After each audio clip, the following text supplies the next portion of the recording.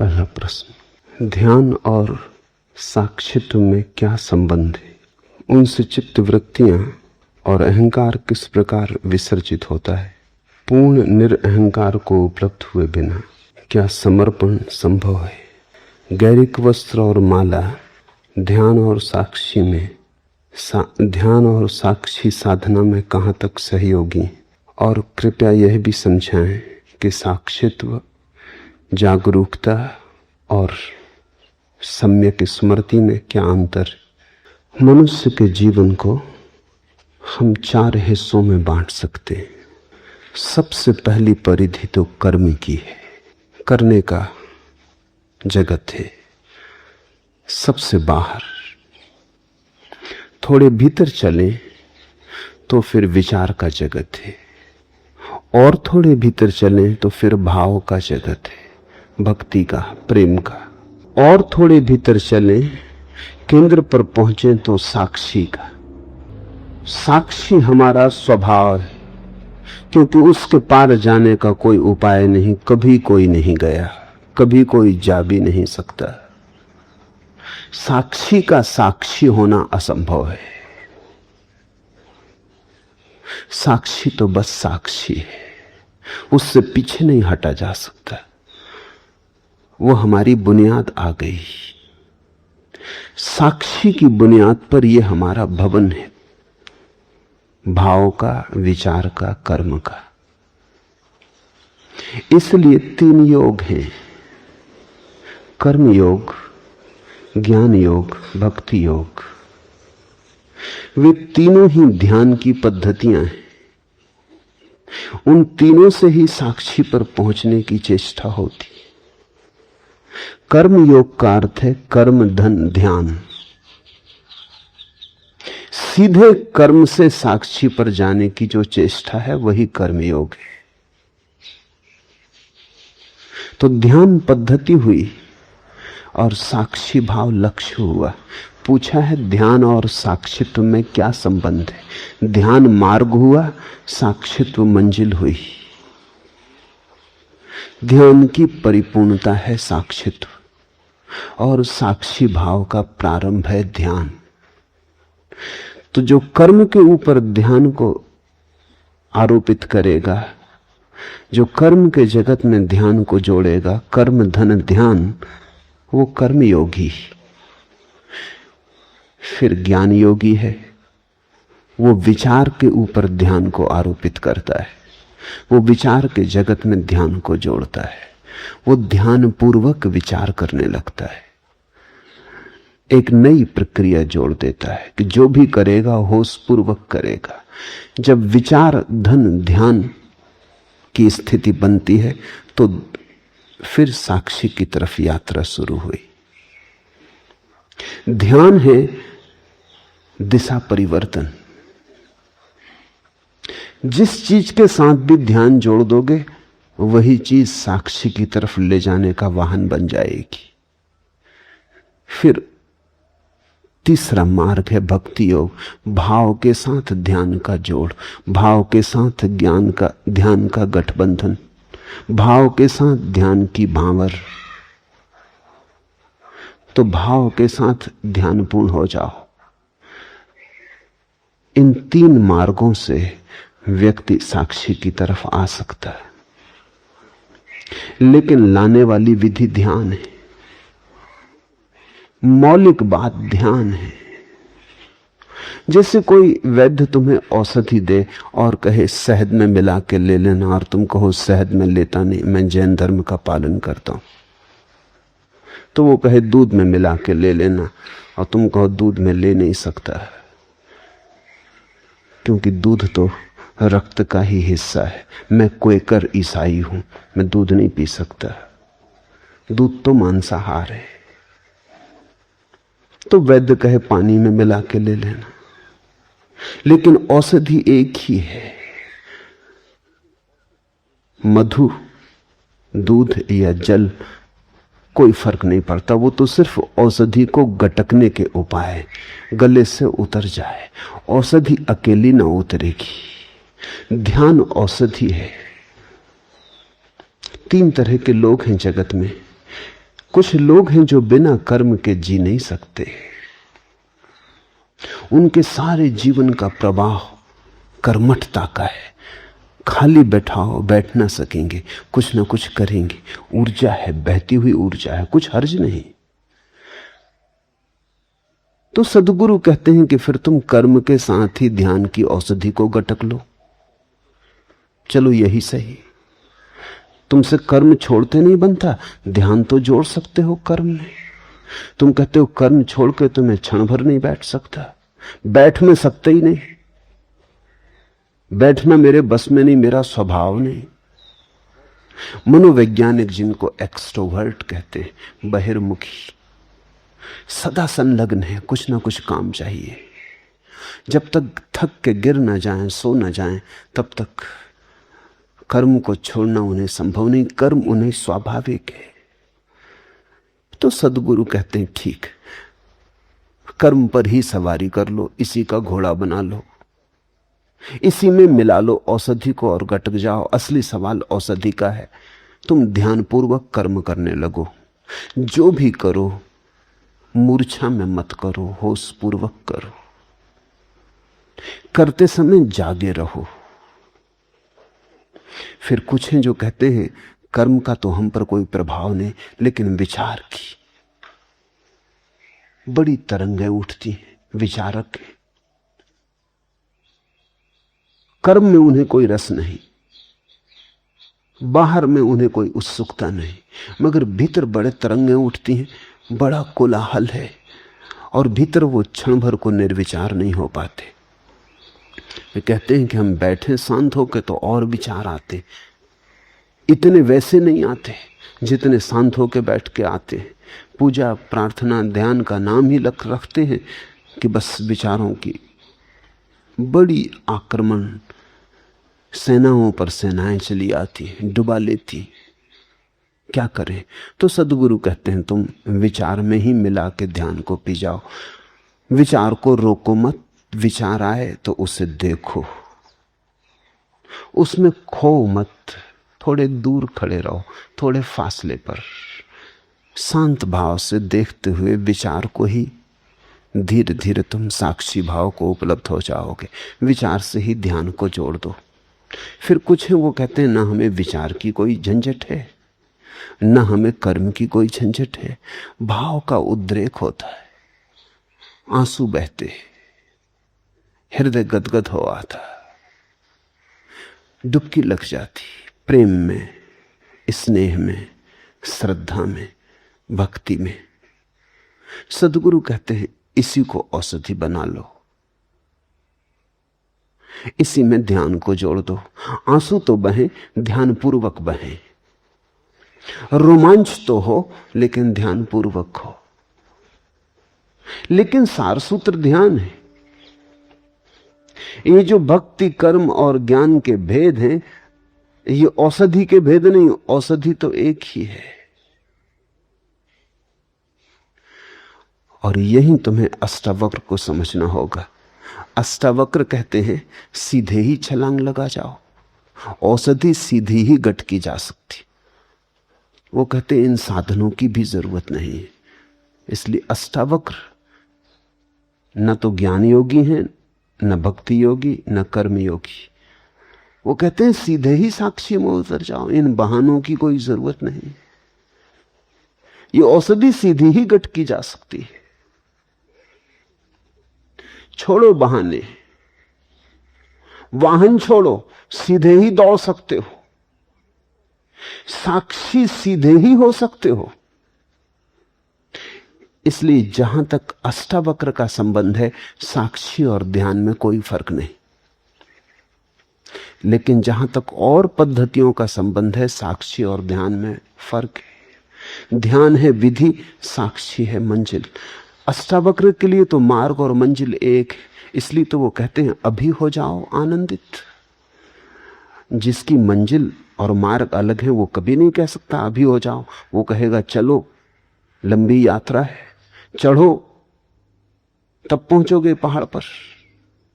अष्टावक्र कहते हैं आंख खोलो, पहाड़ पर बैठे हो, कहां जाना, कैसा जाना। इसलिए अष्टावक्र के सूत्र तो अति क्रांतिकारी है। न तो ज्ञान, न भक्ति, न कर्म, तीनों ही इस ऊंचाई पर नहीं पहुंचते। शुद्ध साक्षी की बात है। ऐसा समझो कि दवाई गटकनी तक नहीं है, समझ लेना काफी है, बोध मात्र काफी है, सहारे की कोई जरूरत ही नहीं है, तुम वहां हो ही। लेकिन ऐसा होता है कि कुछ लोग असमर्थ हैं इस बात को मानने में। एक सूफी कहानी है। एक फकीर सत्य को खोजने निकला। अपने ही गांव के बाहर जो पहला ही संतों से मिला, एक वृक्ष के नीचे बैठे, उससे उसने पूछा कि मैं सद्गुरु को खोजने निकला हूं, आप बताएंगे कि सद्गुरु के लक्षण क्या हैं? उस फकीर ने लक्षण बता दिए। लक्षण बड़े सरल थे। उसने कहा ऐसे ऐसे वृक्ष के नीचे बैठा मिले, इस आसन में बैठा हो, ऐसी ऐसी मुद्रा हो, बस समझ लेना कि यही सद्गुरु है। चला खोजने। साधक कहते हैं 30 साल बीत गए, सारी पृथ्वी पे चक्कर मार चुका, बहुत जगह गया लेकिन सद्गुरु न मिला। बहुत मिले मगर कोई सद्गुरु न था। थका मांदा अपने गांव वापस लौटा। लौट रहा था तो हैरान हो गया, भरोसा ना आया। वो बूढ़ा बैठा था उसी वृक्ष के नीचे। अब उसको दिखाई पड़ा कि ये तो वृक्ष वही है जो इस बूढ़े ने कहा था, ऐसे ऐसे वृक्ष के नीचे बैठा हो। और ये आसन भी वही लगाया है, लेकिन ये आसन तो 30 साल पहले भी लगाया था। क्या मैं अंधा था? इसके चेहरे पे भाव भी वही, मुद्रा भी वही। वो उसके चरणों में गिर पड़ा, कहा कि आपने पहले ही मुझे क्यों ना कहा? 30 साल मुझे भटकाया क्यों? ये क्यों ना कहा कि मैं ही सद्गुरु? उस बूढ़े ने कहा मैंने तो कहा था, लेकिन तुम तब सुनने को तैयार न थे। तुम बिना भटके घर भी नहीं आ सकते। अपने घर आने के लिए भी तुम्हें 1000 घरों पर दस्तक मारनी पड़ेगी, तभी तुम आओगे। कह तो दिया था मैंने, सब बता दिया था कि ऐसे ऐसे वृक्ष की, यही वृक्ष की व्याख्या कर रहा था, यही मुद्रा में बैठा था। लेकिन तुम भागे भागे थे, तुम ठीक से सुन ना सके, तुम जल्दी में थे, तुम कहीं खोजने जा रहे थे। खोज बड़ी महत्वपूर्ण थी, सत्य महत्वपूर्ण नहीं था तुम्हें। लेकिन आ गए तुम। मैं थका जा रहा था, तुम्हारे लिए बैठा बैठा इसी मुद्रा में। 30 साल तुम तो भटक रहे थे, मेरी तो सोचो। इसी झाड़ के नीचे बैठा कि किसी दिन तुम आओगे तो कहीं ऐसा ना हो कि तब तक मैं विदा हो जाऊं। तुम्हारे लिए रुका था, आ गए तुम। 30 साल तुम्हें भटकना पड़ा अपने कारण। सद्गुरु मौजूद था। बहुत बार जीवन में ऐसा होता है, जो पास है वो दिखाई नहीं पड़ता, जो दूर है वो आकर्षक मालूम होता है। दूर के ढोल सुहावने मालूम होते, दूर खींचते हैं सपने हमें। अष्टावक्र कहते हैं कि तुम ही हो वही जिसकी तुम खोज कर रहे हो, और अभी और यहीं तुम वही हो। कृष्णमूर्ति जो कह रहे हैं लोगों से, वो शुद्ध अष्टावक्र का संदेश है। न अष्टावक्र को किसी ने समझा, न कृष्णमूर्ति को कोई समझता है। और तथाकथित साधु सन्यासी तो बहुत नाराज होते, क्योंकि कृष्णमूर्ति कहते हैं ध्यान की कोई जरूरत नहीं। बिल्कुल ठीक कहते हैं। न भक्ति की कोई जरूरत, न कर्म की कोई जरूरत, न ज्ञान की कोई जरूरत। साधारण साधु संत बड़े विचलित हो जाते हैं कि कुछ भी जरूरत नहीं, भटका दोगे लोगों को। भटकाइए, साधु संत रहे।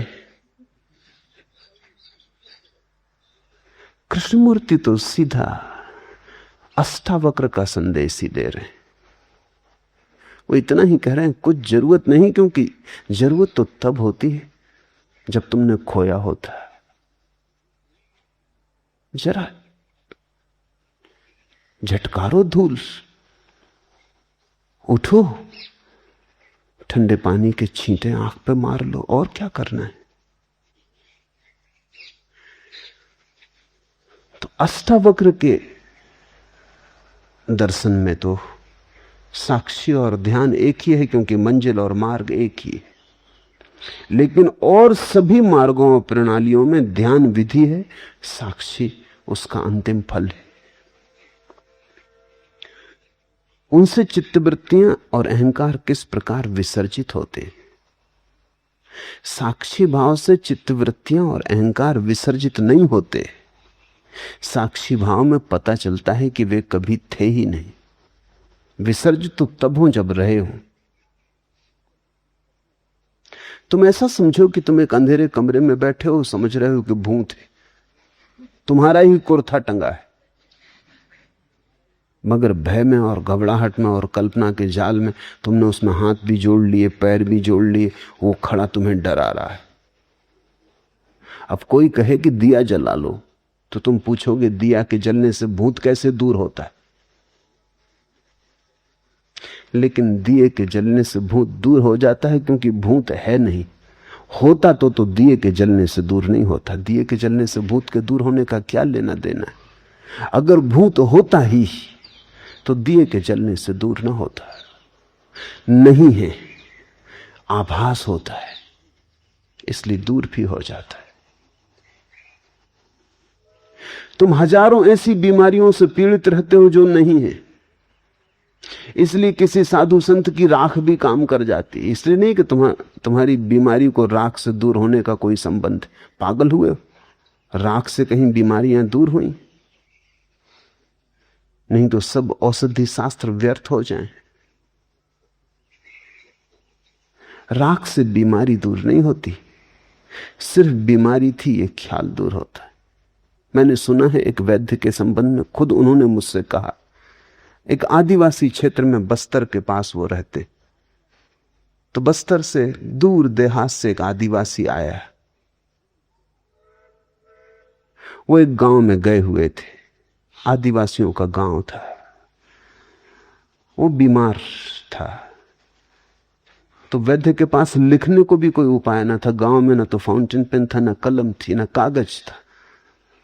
तो पास में पड़े हुए एक खपड़े पर पत्थर के एक टुकड़े से उन्होंने औषधि का नाम लिख दिया और कहा कि बस इसको तू 1 महीने भर घोंट के दूध में मिला के पी लेना, सब ठीक हो जाएगा। वो आदमी महीने भर बाद आया, बिल्कुल ठीक हो गया, स्वस्थ चंगा। वैद्य ने कहा दवा काम कर गई? उसने कहा गजब की काम कर गई, अब फिर एक और खपड़े पे लिख के दे दें। उसने कहा तेरा मतलब? उसने कहा खपड़ा तो खत्म हो गया, घोल के पी गए, मगर गजब की दवा थी। और वो ठीक भी होके आ गया है। अब वैद्य भी कुछ कहे तो ठीक नहीं, अब कुछ कहना उचित ही नहीं। वो मुझसे कहने लगे, फिर मैंने कुछ नहीं कहा, जब ठीक ही हो गया तो जो ठीक कर दे वो दवा।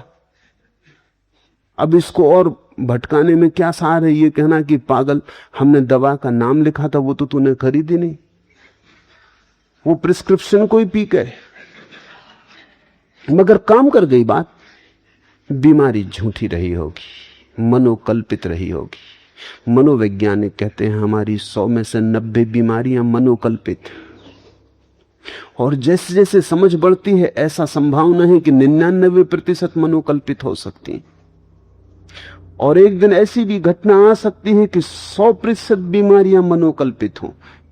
इसलिए तो दुनिया में इतने चिकित्सा शास्त्र काम करते।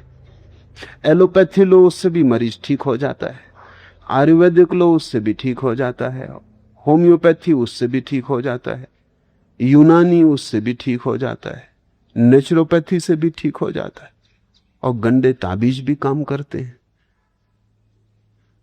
आश्चर्यजनक है, अगर बीमारी वस्तुता है तो फिर बीमारी को दूर करने का एक विशिष्ट उपाय ही हो सकता है। सब उपाय काम नहीं करेंगे। बीमारी है नहीं,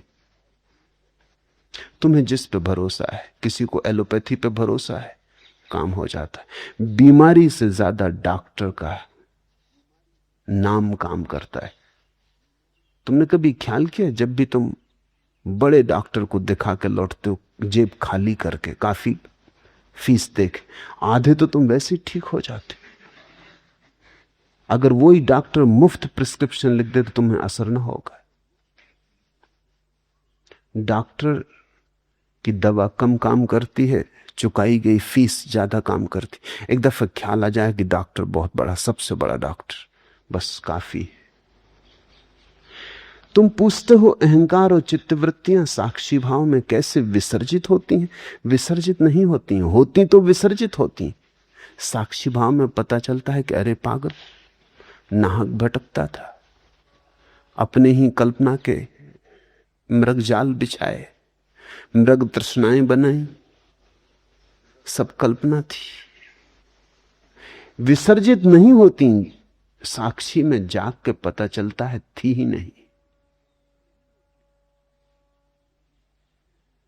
पूर्ण निरअहंकार को उपलब्ध हुए बिना क्या समर्पण संभव है?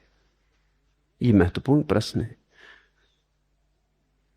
पूछने वाला कह रहा है पूर्ण निरअहंकार को उपलब्ध हुए बिना क्या समर्पण संभव है? लेकिन पूछने वाले का मन शायद अनजाने में चालाकी कर गया। निरअहंकार में तो पूर्ण जोड़ा है, समर्पण में पूर्ण नहीं जोड़ा। पूर्ण निरअहंकार के बिना पूर्ण समर्पण संभव नहीं है। जितना अहंकार छोड़ोगे उतना ही समर्पण संभव है। 50% अहंकार छोड़ोगे तो 50% समर्पण संभव। अहंकार का छोड़ना और समर्पण दो बातें थोड़ी हैं, एक ही बात को कहने के दो ढंग हैं। तो तुम कहो कि पूर्ण अहंकार को छोड़े बिना तो समर्पण संभव नहीं, पूर्ण समर्पण संभव नहीं, धोखा मत दे लेना अपने को। तो सोचो कि समर्पण की क्या जरूरत जब पूर्ण अहंकार छूटेगा, और वो तो कब छूटेगा, कैसे छूटेगा? जितना अहंकार छूटेगा उतना समर्पण संभव है। अब पूर्ण की प्रतीक्षा मत करो, जितना बने उतना करो। उतना कर लोगे तो और आगे कदम उठाने की सुविधा हो जाएगी। जैसे कोई आदमी अंधेरी रात में यात्रा पर जाता है, हाथ में उसके छोटी सी कंदील है, 4 कदम तक रोशनी पड़ती है। वो आदमी कहे कि इससे तो 10 मील की यात्रा कैसे हो सकती? 4 कदम तक रोशनी पड़ती, 10 मील तक अंधेरा है, भटक जाएंगे। तो हम उससे कहेंगे तुम घबराओ मत, 4 कदम चलो। जब तुम 4 कदम चल चुके होगे, रोशनी 4 कदम आगे बढ़ने लगेगी। कोई 10 मील तक रोशनी की थोड़ी जरूरत है, तब तुम चलोगे। 4 कदम काफी है। तो जितना अहंकार रत्ती भर छूटता है, रत्ती भर छोड़ो। रत्ती भर छोड़ने पर फिर रत्ती छोड़ने की संभावना आ जाएगी। 4 कदम चले, फिर 4 कदम तक रोशनी पड़ने लगी। ऐसी तरकीब खोज के मत बैठ जाना कि जब पूर्ण अहंकार छूटेगा तब समर्पण करेंगे, फिर तुम कभी ना करोगे। तुमने बड़ी कुशलता से बचाव कर लिया। उतना ही समर्पण होगा, ये बात सच है, जितना अहंकार छूटेगा। तो जितना छूटता हो उतना तो कर लो। जितना कमा सको समर्पण उतना तो कमा लो। शायद उसका स्वाद तुम्हें और तैयार कर दे, उसका आनंद अहोभाव तुम्हें और हिम्मत दे दे। हिम्मत स्वाद से आती है। कोई आदमी कहे कि जब तक हम पूरा तैरना न सीख लेंगे तब तक पानी में न उतरेंगे।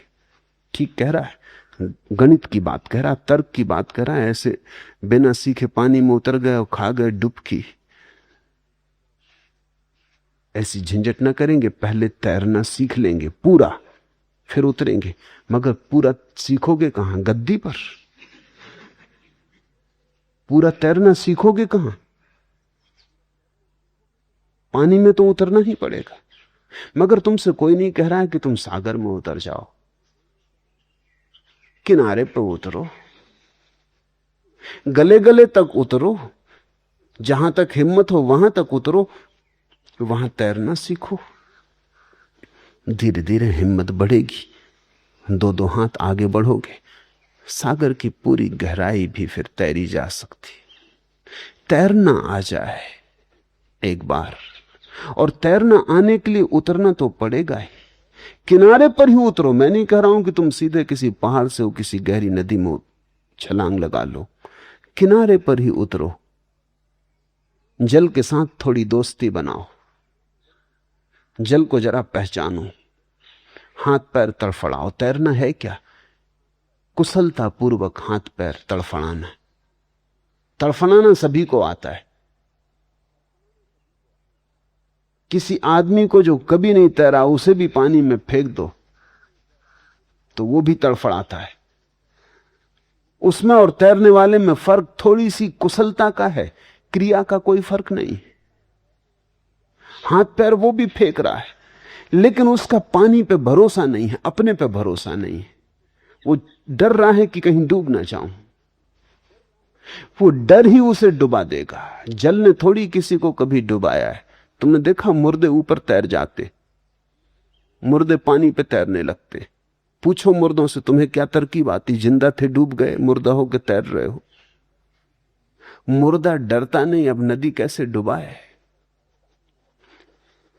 पानी का स्वभाव डुबाना नहीं है, पानी उठाता है। इसलिए तो पानी में वजन कम हो जाता है। तुम पानी में अपने से वजनी आदमी को उठा ले सकते हो, बड़ी चट्टान उठा ले सकते हो पानी में। पानी में चीजों का वजन कम हो जाता है। जैसे जमीन का गुरुत्वाकर्षण है, जमीन नीचे खींचती, पानी ऊपर उछालता है। पानी का उछालना स्वभाव है। अगर डूबते हो तो तुम अपने ही कारण डूबते हो। पानी ने कभी किसी को नहीं डुबाया। भूल के भी पानी को दोष मत देना, पानी ने अब तक किसी को नहीं डुबाया। तुम वैज्ञानिक से पूछ लो, वो भी कहता है ये चमत्कार है कि आदमी डूब कैसे जाते, क्योंकि पानी तो उबारता है। तुम्हारी घबराहट में डूब जाते हो, चीख पुकार मचा देते हो, मुंह खोल देते हो, पानी पी जाते हो, भीतर वजन हो जाता है, डुबकी खा जाते हो। मरते तुम अपने कारण हो। तैरने वाला इतना ही सीख लेता है कि अरे पानी तो उठाता है, उसकी श्रद्धा पानी में बढ़ जाती। वो समझ लेता है कि पानी तो वजन कम कर देता है। जितने वजनी हम जमीन पे थे उससे बहुत कम वजनी पानी में रह जाते। तुमने देखा होगा, कभी तुम बाल्टी कुएं में डालते हो, जब बाल्टी भर जाती हो, पानी में डूबी होती तो कोई वजन नहीं होता। खींचो पानी के ऊपर और वजन शुरू हुआ। पानी तो निर्भर करता है, डुबाएगा कैसे। सीखने वाला धीरे धीरे इस बात को पहचान लेता है। श्रद्धा का जन्म होता है। पानी पर भरोसा आ जाता है कि ये दुश्मन नहीं है, मित्र है, ये डुबाता ही नहीं। फिर तो कुशल तैराक बिना हाथ पैर फैलाए, बिना हाथ पैर चलाए पड़ा रहता है जल पर, कमलवत। ये वही आदमी है जैसे तुम हो, कोई फर्क नहीं, सिर्फ इसमें श्रद्धा का जन्म हुआ और इसे अपने पे भरोसा आ गया, जल पे भरोसा आ गया, दोनों की मित्रता सध गई। ठीक ऐसा ही समर्पण में घटता है। समर्पण में डर यही है कि कहीं हम डूब ना जाएं, तो किनारे पे उतरो। तुमसे कोई 100 डिग्री समर्पण करने को कह भी नहीं रहा है। 1 डिग्री सही, उतर उतर के पहचान आएगी, स्वाद बढ़ेगा, रस जगेगा, प्राण पुलकित होंगे। तुम चकित होगे कि कितना गमाया। अहंकार के साथ जरा से समर्पण से कितना पाया। नए द्वार खुले, प्रकाश द्वार, नई हवाएं बही प्राणों में, नई पुलक, नई उमंग, सब ताजा ताजा। तुम पहली दफा जीवन को देखोगे, तुम्हें पहली दफा आंखों से धुंध हटेगी, प्रभु का रूप थोड़ा थोड़ा प्रकट होना शुरू होगा। इधर समर्पण, उधर प्रभु पास आया, क्योंकि इधर तुम मिटना शुरू हुए, उधर प्रभु प्रकट होना शुरू हुआ। प्रभु दूर थोड़ी, तुम्हारे बजनी अहंकार के कारण तुम्हें दिखाई नहीं पड़ता। तुम्हारी आंखें अहंकार से भरी हैं, इसलिए दिखाई नहीं पड़ता। खाली आंखें देखने में समर्थ हो जाती। फिर धीरे धीरे हिम्मत बढ़ती जाती, श्रद्धा, आत्मविश्वास। तुम और समर्पण करते हो। एक दिन तुम पूरी छलांग ले लेते हो। एक दिन तुम कहते हो अब बस बहुत हो गया।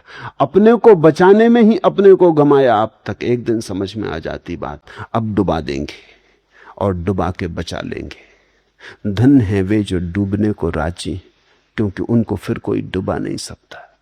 अभागे हैं वे जो बच रहे हैं, क्योंकि वे डूबे ही हुए हैं। उनकी नाव आज नहीं कल टकरा के डूब जाएगी। फिर अहंकार और समर्पण की बात में एक बात और ख्याल कर लेनी जरूरी है। मन बड़ा चालाक है, वो तरकीबें खोजता है। मन कहता है तो पहला कौन, अहंकार का छोड़ना पहले कि समर्पण पहले? पहले समर्पण करें तो अहंकार छूटेगा कि अहंकार छोड़ें तो समर्पण होगा? तुम इस तरह की बातें, बाजार जाते हो अंडा खरीदने, तब तुम नहीं पूछते कि पहले कौन अंडा की मुर्गी। अगर तुम ये पूछो तो तुम अंडा खरीद के कभी घर ना आ सकोगे। तुम बस खरीद के चले आते हो, पूछते नहीं कि पहले कौन। पहले पक्का तो कर ले कि अंडा पहले कि मुर्गी पहले। अंडा या मुर्गी, बहुत लोगों ने विवाद किए। अंडा मुर्गी का प्रश्न बड़ा प्राचीन है। पहले कौन आता है, बड़ा कठिन है उत्तर खोज पाना। क्योंकि जैसे ही तुम कहो अंडा पहले आता, कठिनाई शुरू हो जाती, क्योंकि अंडा आया होगा मुर्गी से, तो मुर्गी पहले आ गई। जैसे कहो मुर्गी आती पहले, वैसी मुश्किल फिर खड़ी हो जाती, क्योंकि मुर्गी आएगी कैसे बिना अंडे के। ये तो एक वर्तुलाकार चक्कर है। प्रश्न भूल भरा है। प्रश्न भूल भरा है इसलिए है कि मुर्गा और अंडे दो नहीं है।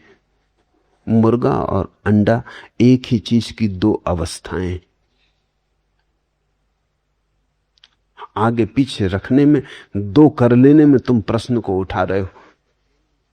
मुर्गी अंडे का एक रूप है, पूरा प्रकट रूप। अंडा मुर्गी का एक रूप है, अप्रगट रूप, जैसे बीज और वृक्ष। ऐसा ही निरअहंकार और समर्पण है। कौन पहले, इस विवाद में पड़ के समय मत गंवाना। अगर मुर्गी ले आए तो अंडा भी ले आए, अगर अंडा ले आए तो मुर्गी भी ले आए। एक आ गया तो दूसरा आ ही गया। कहीं से भी शुरू करो। अगर अहंकार छोड़ सकते हो, अहंकार छोड़ने से शुरू करो। अगर अहंकार नहीं छोड़ सकते तो समर्पण करने से शुरू करो। समर्पण किया तो अहंकार छूटा, पूर्ण छूटा, ऐसा मैं कह नहीं रहा हूं। जितना समर्पण किया उतना छूटा। अगर समर्पण करना मुश्किल मालूम पड़ता है तो अहंकार छोड़ो। जितना छूटेगा अहंकार उतना समर्पण हो जाएगा। दुनिया में दो तरह के धर्म हैं, एक है निरअहंकारिता के धर्म और एक है समर्पण के धर्म। एक है मुर्गी पर जोर देने वाले धर्म, एक है अंडे पर जोर देने वाले धर्म। दोनों सही हैं, क्योंकि एक आ गया तो दूसरा अपने आप आ जाता है। जैसे महावीर का धर्म है जैन धर्म, बुद्ध का धर्म है बौद्ध धर्म, उनमें समर्पण के लिए कोई जगह नहीं। सिर्फ अहंकार छोड़ो। समर्पण करोगे कहां? कोई परमात्मा नहीं है जिसके सामने समर्पण हो सके। महावीर कहते हैं अशरण, शरण जाने की कोई जगह ही नहीं। किसकी शरण जाओगे? अशरण में हो जाओ, लेकिन अहंकार छोड़ो। हिंदू हैं, मुसलमान हैं, ईसाई हैं, वे धर्म समर्पण के धर्म है। वे अहंकार छोड़ने की उतनी बात नहीं कहते। वे कहते हैं परमात्मा पे समर्पण करो। कोई चरण खोज लो, कोई चरण जहां तुम अपने सिर को झुका सको। अहंकार अपने से चला जाएगा। दोनों सही है, क्योंकि दोनों घटनाएं एक ही सिक्के के दो पहलू हैं। तुम सिक्के का सीधा हिस्सा घर ले आओ कि उल्टा हिस्सा घर ले आओ, इससे क्या फर्क पड़ता है? सिक्का घर आ जाएगा। दोनों ही एक सिक्के के पहलू हैं, पर कहीं से शुरू करना पड़ेगा। बैठ के सिर्फ गणित मत बिठाते रहना। गैरिक वस्त्र और माला ध्यान और साक्षी साधना में कहां तक सहयोगी है? चाहो तो हर चीज सहयोगी है। चाहो तो छोटी छोटी चीजों से रास्ता बना ले सकते हो। कहते हैं राम ने जब पुल बनाया लंका को जोड़ने को, जब सागर सेतु बनाया, तो गिलहरियां छोटी छोटी रेत के कण और कंकड़ ले आई। उनका भी हाथ हुआ, उन्होंने भी सेतु को बनने में सहायता दी। बड़े बड़ी चट्टाने वाले लाने वाले लोग भी थे, छोटी छोटी गिलहरियां भी थीं, जो उनसे बन सका उन्होंने किया। कपड़े के बदल लेने से बहुत आशा मत करना, क्योंकि कपड़े के बदल लेने से अगर सब बदलता होता तो बात बड़ी आसान हो जाती। माला के गले में डाल लेने से ही मत समझ लेना कि बहुत कुछ हो जाएगा, क्रांति घट जाएगी। इतनी सस्ती क्रांति नहीं है। लेकिन इससे यह भी मत सोच लेना कि यह गिलहरी का उपाय है, इससे क्या होगा। राम ने गिलहरियों को भी धन्यवाद दिया। ये छोटे छोटे उपाय भी कारगर हैं। कारगर इस तरह हैं, अचानक तुम अपने गांव वापस जाओगे गैरिक वस्त्रों में, सारा गांव चौंक के तुम्हें देखेगा। तुम उस गांव में फिर ठीक उसी तरह से न बैठ पाओगे जिस तरह पहले बैठते थे। तुम उस गांव में उसी तरह से छिप न जाओगे जैसे पहले छिप जाते थे। तुम उस गांव में एक पृथकता लेकर आ गए। हर एक पूछेगा क्या हुआ है, हर एक तुम्हें याद दिलाएगा कि कुछ हुआ है, हर एक तुमसे प्रश्न करेगा, हर एक तुम्हारी स्मृति को जगाएगा, हर एक तुम्हें मौका देगा पुनः पुनः स्मरण का साक्षी बनने का। एक मित्र ने संन्यास लिया, संन्यास लेते वक्त वो रोने लगे, सरल व्यक्ति, और कहा कि बस एक अड़चन है, मुझे शराब पीने की आदत है। और आप जरूर कहेंगे कि छोड़ो। मैंने कहा मैं किसी को कुछ छोड़ने को कहते ही नहीं। पीते हो ध्यानपूर्वक पियो।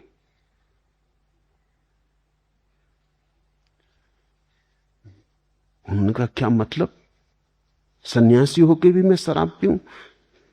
तुम्हारी मर्जी, सन्यास मैंने दे दिया, अब तुम समझो। वो कोई महीने भर बाद आए, कहने लगे आपने चालबाजी की। शराब घर में खड़ा था, एक आदमी आके मेरे पैर पड़ लिया, कहा स्वामी जी कहां से आए? मैं भागा वहां से। मैंने कहा कि ये स्वामी जी उस शराब घर में। वो आदमी कहने लगा आपने चालबाजी की। अब शराब घर की तरफ जाने में डरता हूं कि कोई पैर वगैरह छू ले या कोई नमस्कार वगैरह कर ले। आज 15 दिन से नहीं गया हूं। एक स्मृति बनी, एक याददाश्त जगी। तुम इन गैरिक वस्त्रों में उसी भांति क्रोध न कर पाओगे जैसा कल तक करते रहे थे। कोई चीज चोट करेगी, कोई चीज कहेगी अब तो छोड़ो। अब ये गैरिक वस्त्रों में बड़ा बेहुदा लगता है। मैं तुम्हारे लिए गैरिक वस्त्र देकर सिर्फ थोड़ी अड़चन पैदा कर रहा हूं, और कुछ भी नहीं। तुम अगर चोर हो तो उसी आसानी से चोर न रह सकोगे। तुम अगर धन के पागल दीवाने हो, लोभी हो, तो तुम्हारे लोभ में वही बल न रह जाएगा। तुम अगर राजनीति में दौड़ रहे हो, पद की प्रतिष्ठा में लगे थे, अचानक तुम पाओगे कुछ सार नहीं। ये छोटे से वस्त्र बड़े प्रतीकात्मक हो जाएंगे। अपने आप में इनका मूल्य नहीं है, लेकिन इनके साथ जुड़ जाने में तुम धीरे धीरे पाओगे बात तो बड़ी छोटी थी, बीज तो बड़ा छोटा था, धीरे धीरे बड़ा हो गया। धीरे धीरे उसने सब बदल डाला। तुम्हारे कृत्य बदलेंगे, तुम्हारी आदतें बदलेंगी, तुम्हारे उठने बैठने का ढंग बदलेगा, तुम्हारे जीवन में एक नया प्रसाद। लोगों की अपेक्षाएं तुम्हारे प्रति बदलेंगी, लोगों की आंखें तुम्हारे प्रति बदलेंगी। नाम का परिवर्तन, पुराने नाम से संबद्ध विच्छेद हो जाएगा। वस्त्र का परिवर्तन, पुरानी तुम्हारी रूपरेखा से मुक्ति हो जाएगी। ये गले में तुम्हारी माला तुम्हें मेरी याद दिलाती रहेगी। ये मेरे और तुम्हारे बीच एक सेतु बन जाएगी। तुम मुझे भूल ना पाओगे इतनी आसानी से, और लोग तुम्हें पृथक करने लगेंगे, और उनका पृथक करना तुम्हारे लिए साक्षी होने में बड़ा सहयोगी हो जाएगा। लेकिन मैं ये नहीं कह रहा हूं कि इतना कर लेने से सब हो जाएगा, कि बस पहन लिए वस्त्र, माला डाल ली, समझा कि खत्म, यात्रा पूरी। तुम पे निर्भर है। ये संकेत जैसे हैं, जैसे मील के किनारे पत्थर लगा होता, लिखा रहता है कि 12 मील, 50 मील, 100 मील दिल्ली। उस पत्थर पे कुछ बड़ा मतलब नहीं है। पत्थर हो या ना हो, दिल्ली 100 मील है तो 100 मील है। लेकिन पत्थर पर लिखी हुई लकीर, तीर का चिन्ह राही को हल्का करता। वो कहता चलो 100 मील ही बचा, 25 मील बचा, 50 मील बचा। स्विट्जरलैंड में मील के पत्थर की जगह मिनटों के पत्थर। अगर गाड़ी तुम्हारी रुक जाए कहीं किसी पहाड़ी जगह पर, तो तुम चकित होकर देखोगे कि बाहर खंबे पर पिछली स्टेशन कितनी दूर, 30 मिनट दूर, अगली स्टेशन कितनी दूर, 15 मिनट दूर। बड़ा महत्वपूर्ण प्रतीक है। तो अगर स्विस लोग अच्छी घड़ियां बनाने में कुशल हैं तो कुछ आश्चर्य नहीं। समय का उनका बोध बड़ा प्रगाढ़ है। मील नहीं लिखते, समय लिखते, 15 मिनट दूर।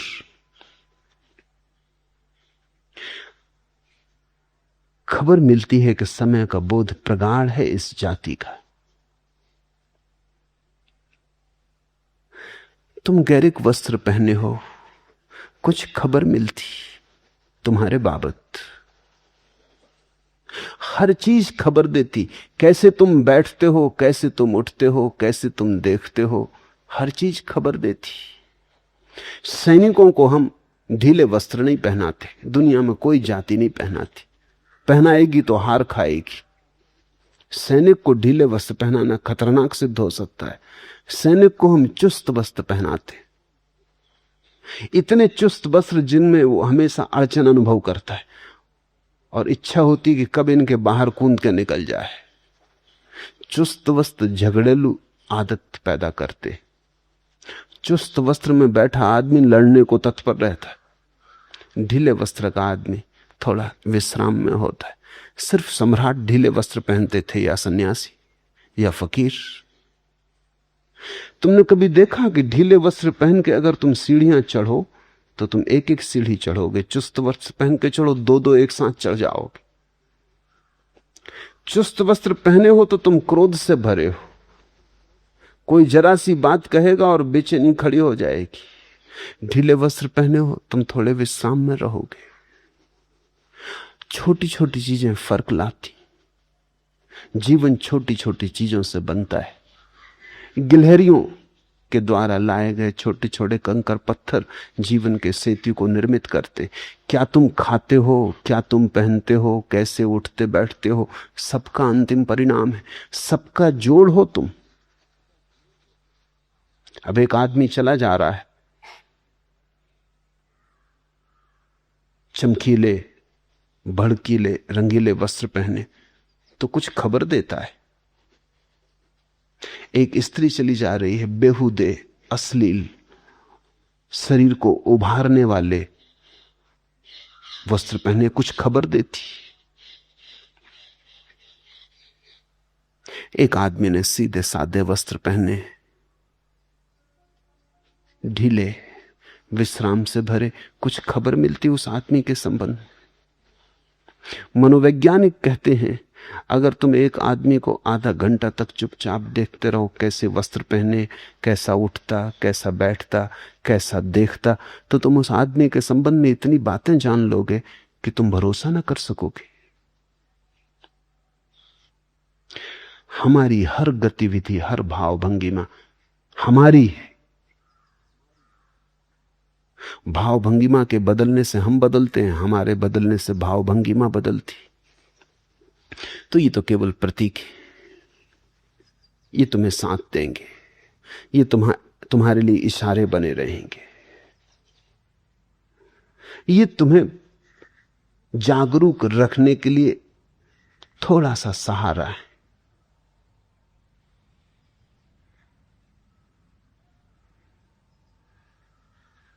और कृपया यह भी समझाएं कि साक्षित्व, जागरूकता और सम्यक स्मृति में क्या अंतर है।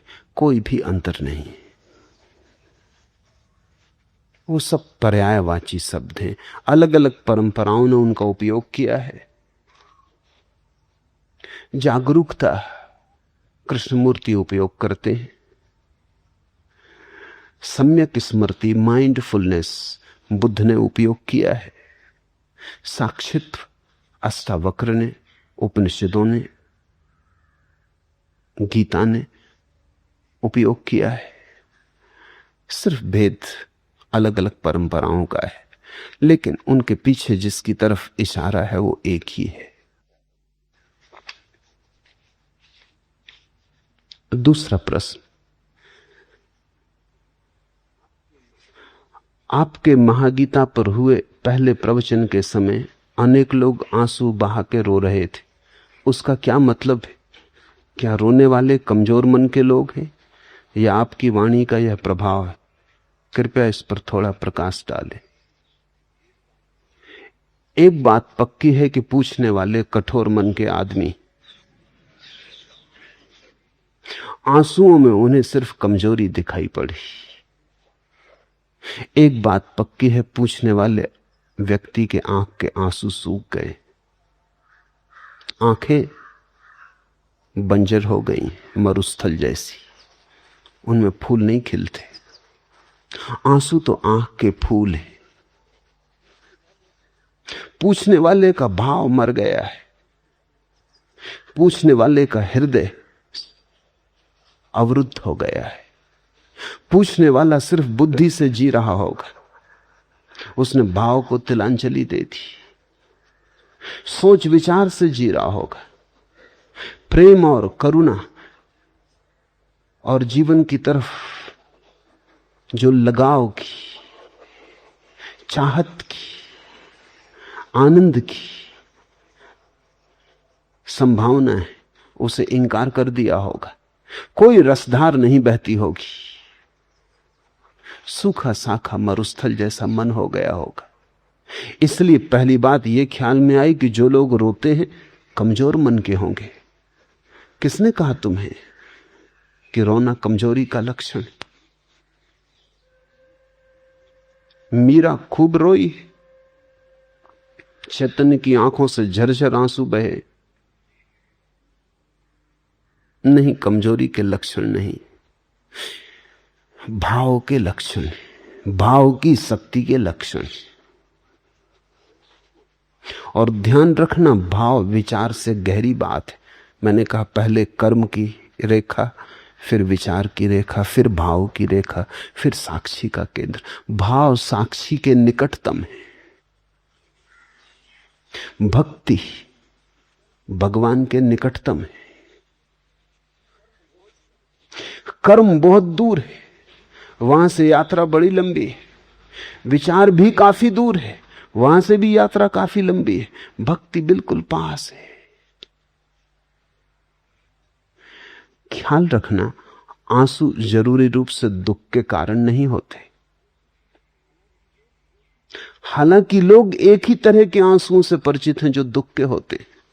करुणा में भी आंसू बहते, आनंद में भी आंसू बहते, अहोभाव में भी आंसू बहते हैं, कृतज्ञता में भी आंसू बहते हैं। आंसू तो सिर्फ प्रतीक हैं कि कोई ऐसी घटना भीतर घट रही है जिसको संभालना मुश्किल है, दुख या सुख। कोई ऐसी घटना भीतर घट रही है जो इतनी ज्यादा है कि ऊपर से बहने लगी। फिर वो दुख हो, इतना ज्यादा दुख हो कि भीतर संभालना मुश्किल हो जाए तो आंसुओं से बहेगा। आंसू निकास है। या आनंद घना हो जाए तो आनंद भी आंसुओं से बहेगा, आंसू निकास है। आंसू जरूरी रूप से दुख या सुख से जुड़े नहीं है, अतिरेक से जुड़े हैं। जिस चीज का भी अतिरेक हो जाएगा आंसू उसी को लेकर बहने लगेंगे। तो जो रोए उनके भीतर कुछ अतिरेक हुआ होगा, उनके हृदय पे कोई चोट पड़ी होगी, उन्होंने कोई मर्मर सुना होगा अज्ञात का। दूर अज्ञात की किरण ने उनके हृदय को स्पर्श किया होगा, उनके अंधेरे में कुछ उतरा होगा, कोई तीर उनके हृदय को पीड़ा और आह्लाद से भर गया, रोक ना पाए वो अपने आंसू।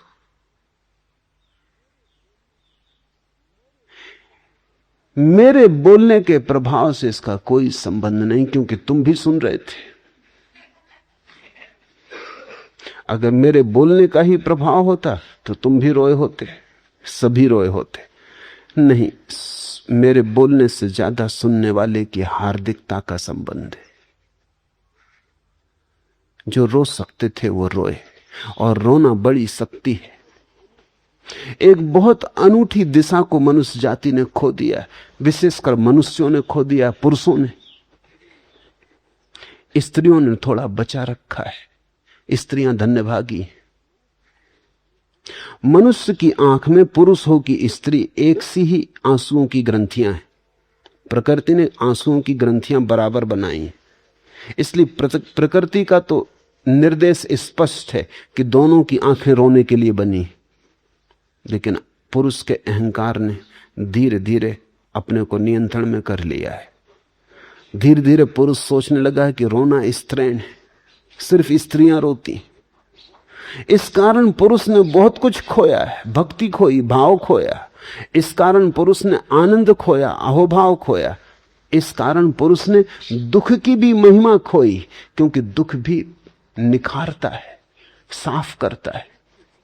इस कारण पुरुष के जीवन में एक बड़ी दुर्घटना घटी। तुम चकित होगे, दुनिया में स्त्रियों की बजाय दुगने पुरुष पागल होते।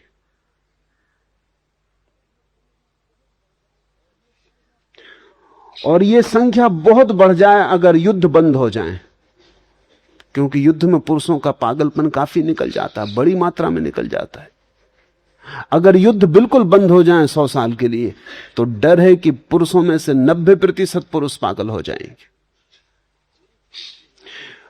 पुरुष स्त्रियों से ज्यादा आत्मघात करते हैं 2 गुना।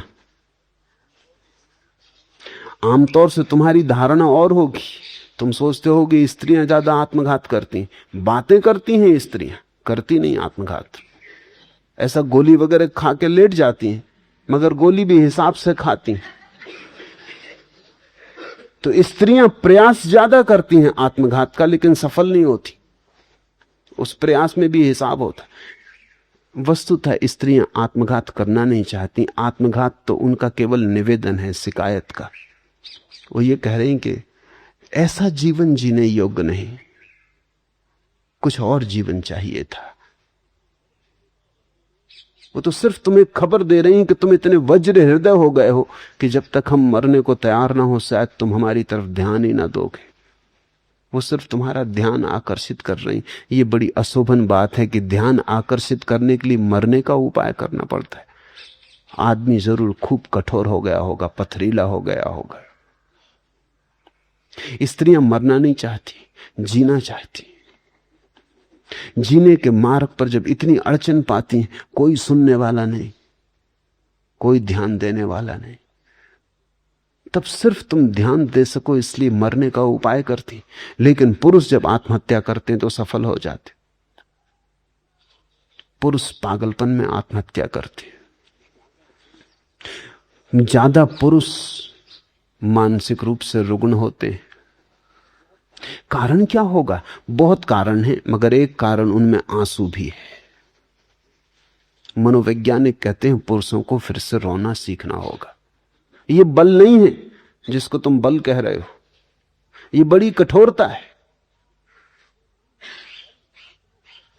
बल इतना कठोर नहीं होता, बल तो कोमल का है। तुमने देखा पहाड़ से झरना गिरता है, जल प्रपात गिरता है, कोमल जल। चट्टानें बड़ी सख्त, चट्टानें जरूर सोचती होंगी हम मजबूत हैं, ये जलधार कमजोर है, लेकिन अंततः जलधार जीत जाती, चट्टान रेत होकर बह जाती। परमात्मा कोमल के साथ है, निर्बल के बलराम। एक फूल खिला है, पास में पड़ी है एक चट्टान। चट्टान जरूर दिखती है मजबूत, फूल कमजोर, लेकिन तुमने कभी फूल की शक्ति देखी, जीवन की शक्ति? कौन चट्टान को सिर झुकाता है? तुम पत्थर को लेकर तो भगवान के चरणों में चढ़ाने नहीं जाते, तुम चट्टान सोच के कि बड़ी मजबूत है, चलो अपनी प्रेसी को भेंट कर दें, ऐसा तो नहीं करते। फूल तोड़ के ले जाते हो, फूल का बल है, फूल की गरिमा है, उसकी कोमलता उसका बल है, उसका खिलाव उसका बल है, उसका संगीत, उसकी सुगंध उसका बल है, उसकी निर्बलता में उसका बल है। सुबह खिला है, सांझ मुरझा जाएगा, यही उसका बल है। लेकिन खिला है, चट्टान कभी नहीं खिलती, बस है। चट्टान मुर्दा है, फूल जीवंत है, मरेगा क्योंकि जिया है। चट्टान कभी नहीं मरती क्योंकि मरी ही है। कोमल बनो, आंसुओं को फिर से पुकारो, तुम्हारी आंखों को गीत और कविता से भरने दो, अन्यथा तुम वंचित रहोगे बहुत सी बातों से। फिर तुम्हारा परमात्मा भी एक तर्क जाल रहेगा, हृदय की अनुभूति नहीं, एक सिद्धांत मात्र रहेगा, एक सत्य का स्वाद और सत्य की प्रतीति नहीं। जो आंसू बहाकर रोए वे सौभाग्यशाली, वे बलशाली। उन्होंने फिक्र ना की कि तुम क्या कहोगे। उनको भी फिक्र तो लगती है कि लोग क्या कहेंगे। जब कोई आदमी जार जार रोने लगता है तो उसे भी फिक्र लगती है कि लोग क्या कहेंगे। बल चाहिए रोने को कि फिक्र छोड़े कि लोग क्या कहेंगे। कहने दो, होंगे बदनाम तो हो लेने दो, हमको जी खोल के रो लेने दो। जब कोई आदमी रोता है, छोटे बच्चे की तरह बिसूरता है, तो थोड़ा सोचो उसका बल। तुम सबकी फिक्र नहीं की उसने ये फिक्र नहीं की कि लोग क्या कहेंगे कि मैं यूनिवर्सिटी में प्रोफेसर हूं और रो रहा हूं। कोई विद्यार्थी देख ले कि मैं इतना बड़ा दुकानदार और रो रहा हूं। कोई ग्राहक देख ले कि मैं इतना बलशाली पति और रो रहा हूं और पत्नी पास बैठी, घर जाके झंझट खड़ी होगी। कि मैं बाप हूं और रो रहा हूं और बेटा देख ले, छोटे बच्चे देख ले, संभाल लो अपने को। अहंकार संभाले रखता है, ये निरअहंकार रोया। अहंकार अपने को सदा नियंत्रण में रखता है, निरअहंकार बहता है, उसमें बहाव है। जे सुलगे ते बुझी गए, बुझे ते सुलगे नाई, रहीमन दाहे प्रेम के बुझ बुझ के सुलगाही। अंगारे जलते हैं, जे सुलगे ते बुझी गए, लेकिन एक घड़ी आती बुझ जाते, फिर तुम दोबारा उन्हें नहीं जला सकते। राख को किसी ने कभी दोबारा अंगारा बनाने में सफलता पाई? जे सुलगे ते बुझी गए, बुझे ते सुलगे नाही, फिर एक दफा बुझ के वो कभी नहीं सुलगते। रहीमन दाहे प्रेम के, लेकिन जिनके हृदय में प्रेम का तीर लगा उनका क्या कहना। रहीम, रहीमन दाहे प्रेम के बुझ बुझ के सुलगाएं। बार बार जलते, बार बार बुझते, फिर सुलग जाते। प्रेम की अग्नि शाश्वत है, सनातन है। जिन्होंने मुझे प्रेम से सुना वो रो पाएंगे, जिन्होंने मुझे सिर्फ बुद्धि से सुना वो कुछ निष्कर्ष ज्ञान लेके जाएंगे, वो राख लेके जाएंगे, प्रेम का अंगारा नहीं। वो ऐसी राख लेके जाएंगे जो फिर कभी नहीं सुलगेगी, याद रखना। वो बुझ गई, वो तो मैंने तो तुम्हारे पिघलने की खबर लाते। जैसे बर्फ पिघलती है, ऐसे जब तुम्हारी भीतर की अस्मिता पिघलने लगती तो आंसू बहते। कतीले हवस थे तो आतस नफस थे, मोहब्बत हुई बेजुबां हो गए हम। जब बुद्धि से भरे थे, वासनाओं से भरे थे, विचारों से भरे थे तो लाख बातें की। जवान बड़ी तेज थी। कतीले हवस थे तो आतस नफस थे, मोहब्बत हुई बेजुबां हो गए हम। वे आंसू बेजुबान अवस्था की सूचनाएं। जब कुछ ऐसी घटना घटती है कि कहने का उपाय नहीं रह जाता तो न रो तो क्या करो। जब जवान कहने में असमर्थ हो जाए तो आंखें आंसुओं से कहती। जब बुद्धि कहने में असमर्थ हो जाए तो कोई नाच के कहता है। मीरा नाची, कुछ ऐसा हुआ कि कहने को शब्द न मिले। पद घुंघरू बांध मीरा नाची रे, रोई, जार जार रोई। कुछ ऐसा हो गया कि शब्दों में कहना संभव न रहा। शब्द बड़े संकीर्ण मालूम हुए। आंसू ही कह सकते थे, आंसुओं से ही कहा। नहीं, इस तरह के भाव मन में मत लेना कि वो लोग कमजोर हैं। वे लोग शक्तिशाली, उनकी शक्ति कोमलता की है। उनकी शक्ति संघर्ष की और हिंसा की नहीं है, उनकी शक्ति हार्दिकता की है। क्योंकि अगर तुमने सोचा कि ये लोग कमजोर हैं तो फिर तुम कभी भी ना रोओगे। इसलिए तुमसे बार बार जोर दे के कह रहा हूं, उनको कमजोर मत समझना, उनसे ईर्ष्या करो। बार बार सोचो कि क्या हुआ कि मैं नहीं रो पा रहा हूं।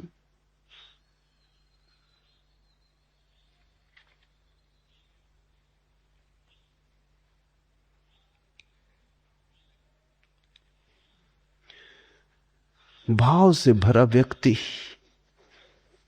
स्वयं के केंद्र के सर्वाधिक निकट है, और जितना ही भाव से भरा व्यक्ति स्वयं के निकट होता है उतनी ही ज्यादा पीड़ा को अनुभव करता है।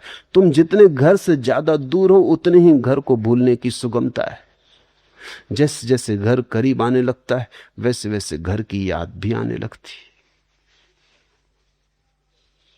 तुम परमात्मा को भूल के बैठे हो। परमात्मा शब्द तुम्हारे कानों में पड़ता है लेकिन कोई हलचल नहीं होती। सुन लेते हो, एक शब्द मात्र है। परमात्मा शब्द मात्र नहीं है, उसे सुन लेने भर की बात नहीं है। जिसके भीतर कुछ थोड़ी सी अभी भी जीवन की आग है उसे परमात्मा झकझोर देगा, शब्द मात्र झकझोर देगा। चाहते हो अगर मुझे दिल से, फिर भला किस लिए रुलाते हो। भक्त सदा परमात्मा से कहते रहे, चाहते हो अगर मुझे दिल से, फिर भला किस लिए रुलाते हो। रोशनी के घने अंधेरों में क्यों नजर से नजर चुराते हो। पास आए न पास आकर भी पास मुझको नहीं बुलाते हो। किस लिए आसपास रहते हो, किस लिए आसपास आते हो। तो अगर तुमने मुझे ठीक से सुना तो तुम्हें परमात्मा बहुत बार बहुत पास मालूम पड़ेगा। किस लिए आसपास रहते हो, किस लिए आसपास आते हो। पास आए न पास आकर भी पास मुझको नहीं बुलाते हो। चाहते हो अगर मुझे दिल से, फिर भला किस लिए रुलाते हो। रोशनी के घने अंधेरों में क्यों नजर से नजर चुराते हो। जो व्यक्ति भाव में उतर रहा है वो बिल्कुल इतने करीब है परमात्मा के कि परमात्मा की आंच उसे अनुभव होने लगती, नजर में नजर पड़ने लगती,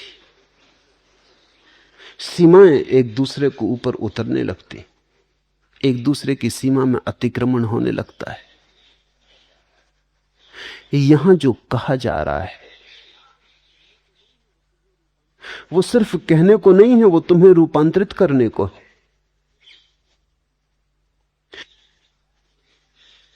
वो तुम्हें संपूर्ण रूप से जड़ मूल से बदल देने की बात है।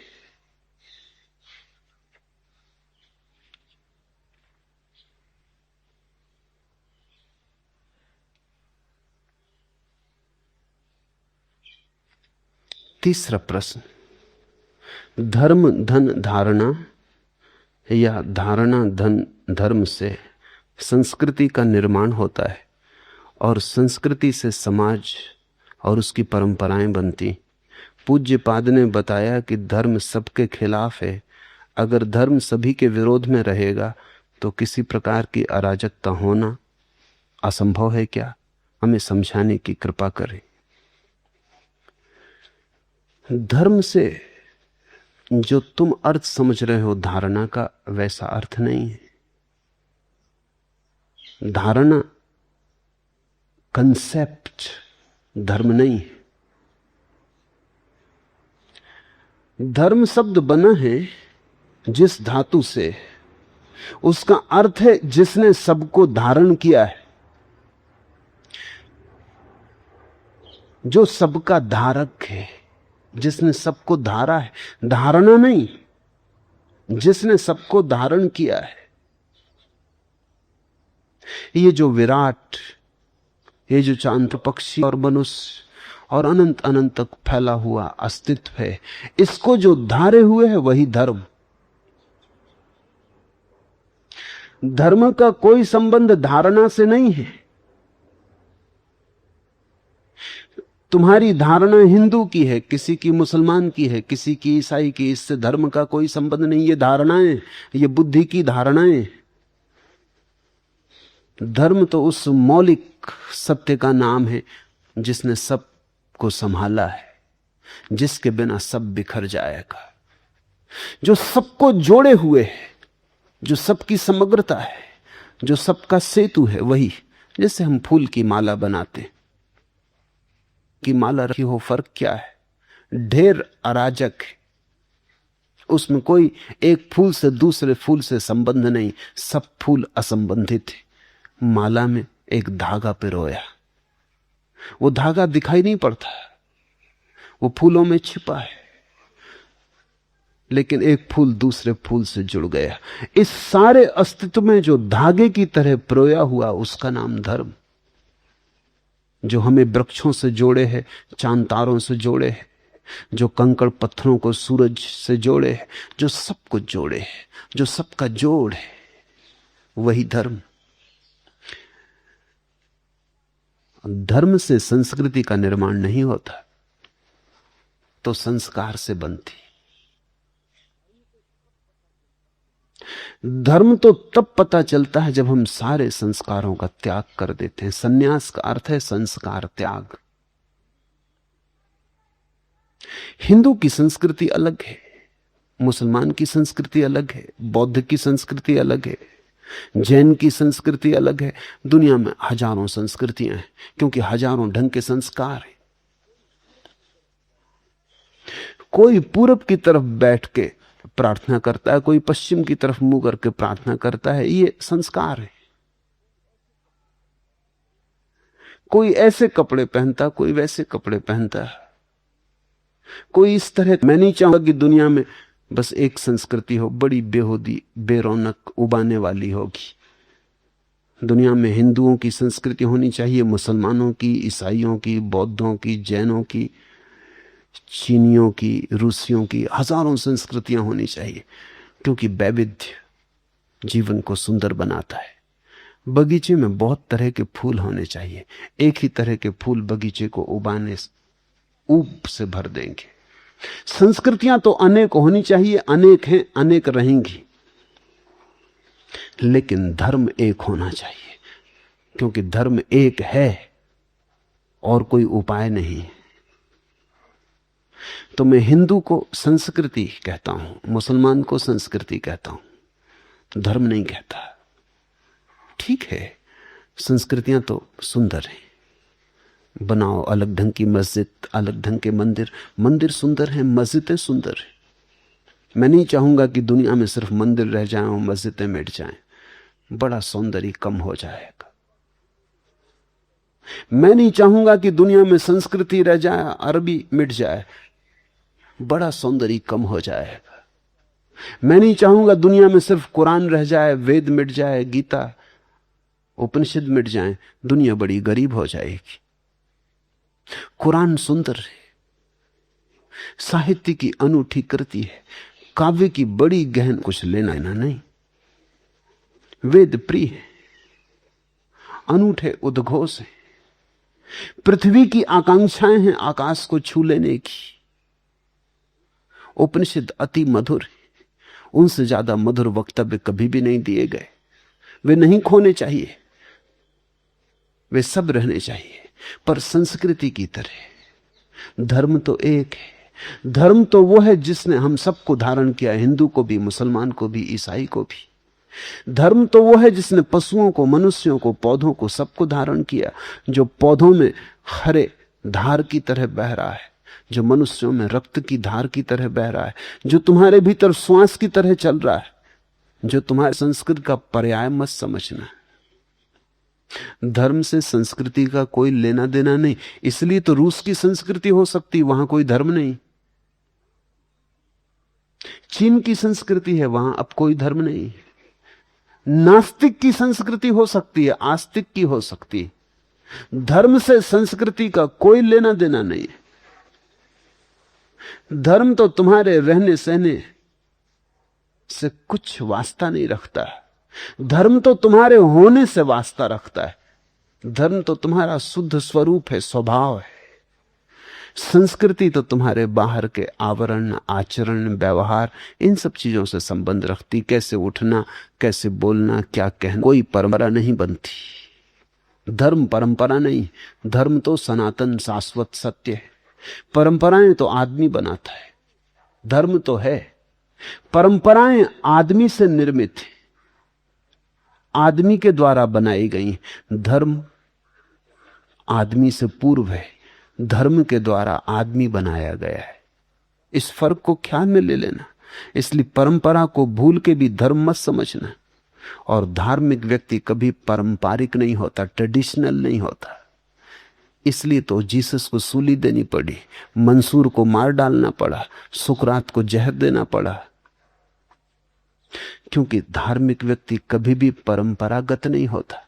सनातन शाश्वत का कोई उद्घोष करता है तो परंपरा से बंधे लीक लकीर के फकीर बहुत घबरा जाते, उनको बहुत बेचैनी होने लगती। वो कहते हैं इससे तो अराजकता हो जाएगी।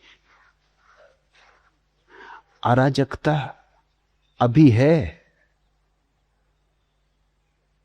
जिसको तुम कहते हो व्यवस्था, अराजकता, वो क्या खाक व्यवस्था है।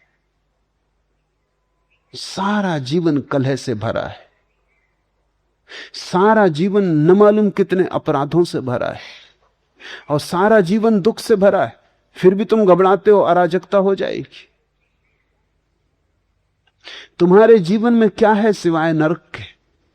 कौन सी बांसुरी बजती है तुम्हारे जीवन में? राख ही राख का ढेर है, फिर भी कहते हो अराजकता हो जाएगी। धार्मिक व्यक्ति विद्रोही तो होता है, अराजक नहीं। इसे समझना। धार्मिक व्यक्ति ही वस्तुतः राजक व्यक्ति होता है, क्योंकि उसने संबंध जोड़ लिया अनंत से, उसने जीवन के परम मूल से संबंध जोड़ लिया। अराजक तो कैसे होगा? हाँ, तुमसे संबंध तो टूट गया, तुम्हारी ढांचे व्यवस्था से वो थोड़ा बाहर हो गया।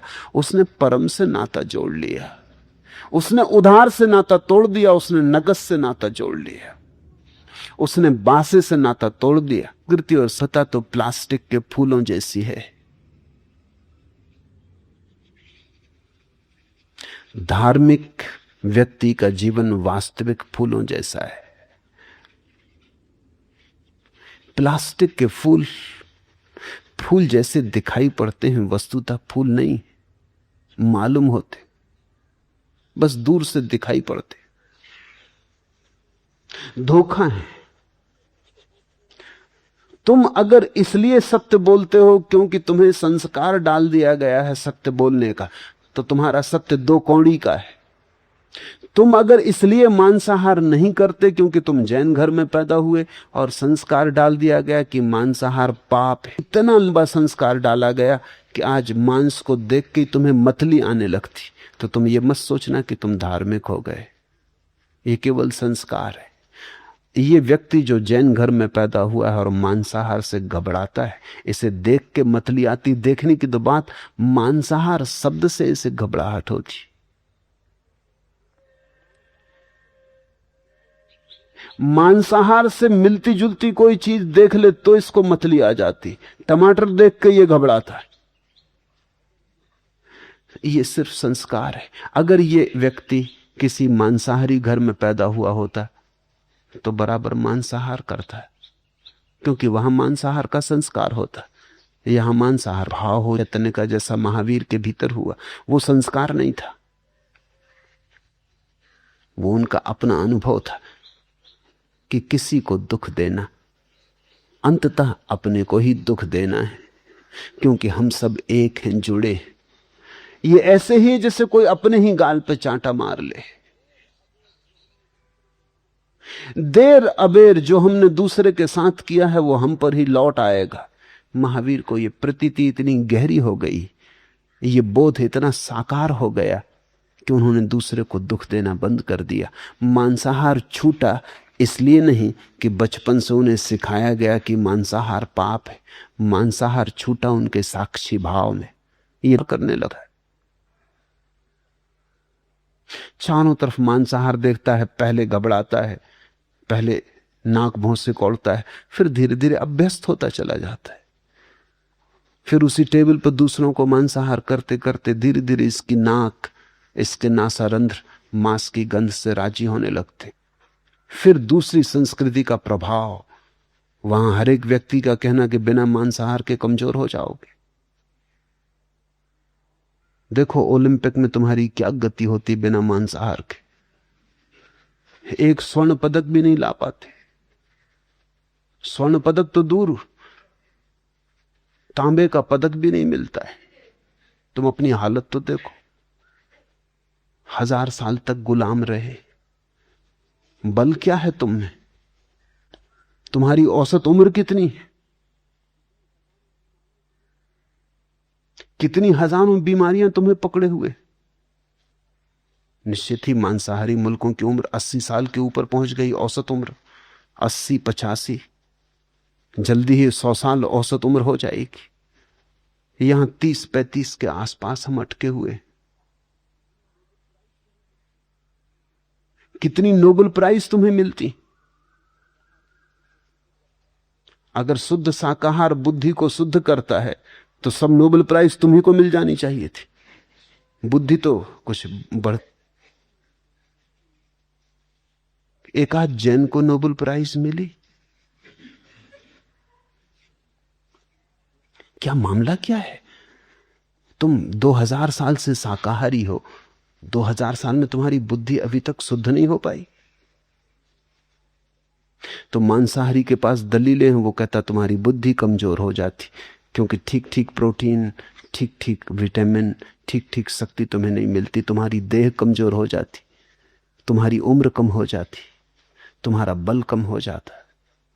अमेरिका में तुम रोज देखते हो, खबरें सुनते हो अखबार में कि किसी 90 साल के आदमी ने शादी की। तुम हैरान होते हो, तुम कहते हो ये मामला क्या पागलपन का है। लेकिन 90 साल, तो जैसे कोई जाके पश्चिम की संस्कृति में रहता, वहां ये सब दलीलें सुनता है और प्रमाण देखता है और उनकी विराट संस्कृति का वैभव देखता है, धीरे धीरे भूल जाता है। महावीर को अगर पश्चिम जाना पड़ता तो वो मांसाहार नहीं करते, वो फूल स्वाभाविक था। वो कहते ठीक 2-4-10 साल कम जिएंगे, इससे हर्ज क्या, ज्यादा जीने का फायदा क्या है। ज्यादा जी के तुम करोगे क्या? और थोड़े जानवरों को खा जाओगे, और क्या करोगे। महावीर से अगर किसी ने कहा होता तो वो कहते जरा लौट के तो देखो, अगर तुम 100 साल जिए और तुमने जितने जानवर, पशु, पक्षी खाए उनकी जरा तुम कतार रख के तो, हड्डियों के ढेर तुमने लगाती है अपने चारों तरफ। एक आदमी जिंदगी में जितना मांसाहार करता है, हजारों लाखों पशु पक्षियों का ढेर लग जाएगा। अगर जरा तुम सोचो कि इतने प्राण तुमने मिटाए, किस लिए? सिर्फ जीने के लिए। और जीना किस लिए? और पशुओं को मिटाने के लिए।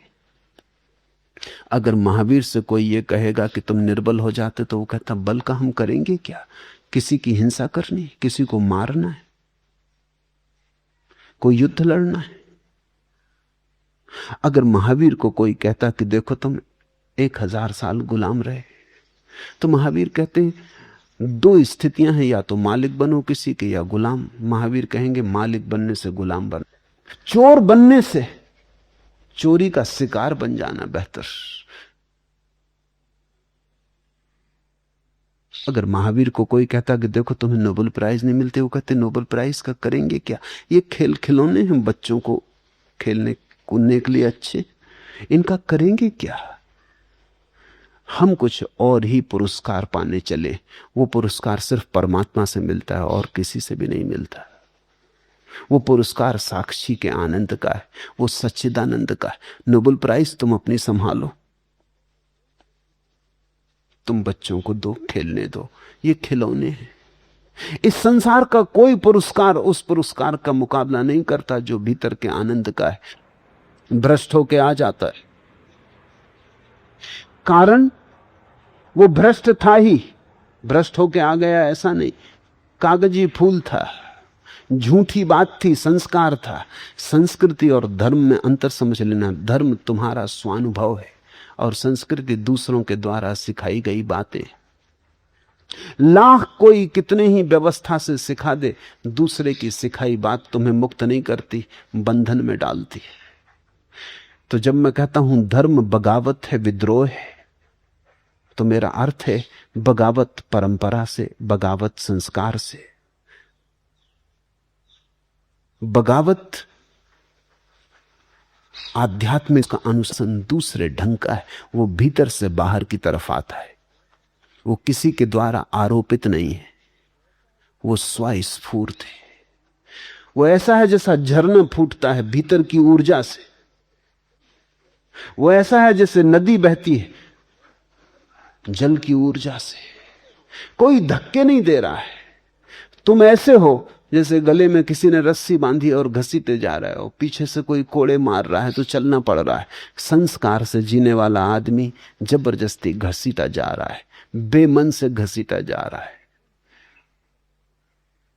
धार्मिक व्यक्ति नाचता हुआ जाता है, वो मृत्यु की तरफ भी जाता है तो नाचता हुआ जाता। तुम जो गाते, वो कहते हम साधु संत सीधे साधे आदमी, बड़ा अन्याय हो रहा है दुनिया में।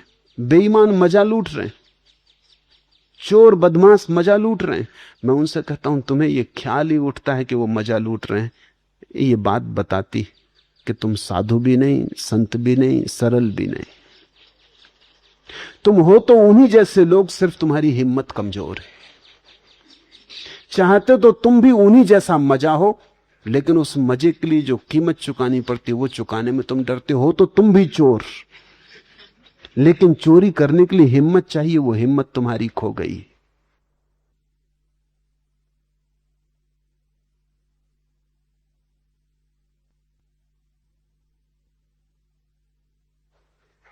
चाहते तो तुम भी हो कि बेईमानी करके धन का अंबार लगा लें, लेकिन बेईमानी करने में कहीं फंस ना जाएं, पकड़े ना जाएं, इसलिए तुम रुके हो।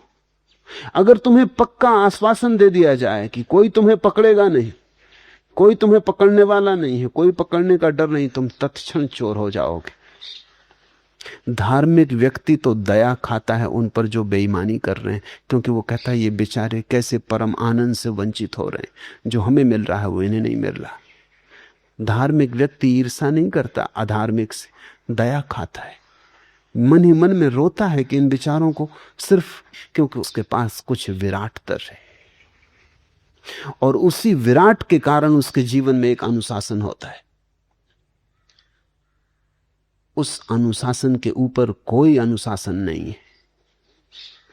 धार्मिक व्यक्ति विद्रोही है, लेकिन अनुशासनहीन नहीं। उसका अनुशासन आत्मिक है, आंतरिक है, आत्मानुशासन है उसका अनुशासन।